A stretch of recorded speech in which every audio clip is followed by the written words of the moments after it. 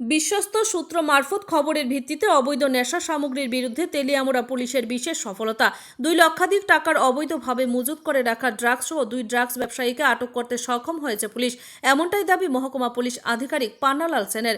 গোটা বিষয়ে সংবাদ মাধ্যমকে অবগত করতে গিয়ে তেলিয়ামুড়া মহকুমা পুলিশ আধিকারিক দাবি করেছেন, সূত্র মারফত খবরের ভিত্তিতে সমস্ত প্রকারের নিয়মনীতির উপর ভিত্তি করে মোহরচড়া এলাকার গ্রামীণ ব্যাংক সংলগ্ন এক বাড়িতে তল্লাশি অভিযান সংঘটিত করে 24 গ্রাম অবৈধ ড্রাগস উদ্ধার করা হয়। সেই সাথে বিপুল সংখ্যক খালি কৌটো পুলিশ উদ্ধার করতে সক্ষম হয় এবং এই অবৈধ নেশা সামগ্রী আটকের পরিপ্রেক্ষিতে প্রভারঞ্জন দেববর্মা এবং জয়দেব দেবনাথ নামে দুজনকে আটক করা হয়েছে, যার সম্পর্কে মামা ভাগিনা বলে পুলিশের বক্তব্য।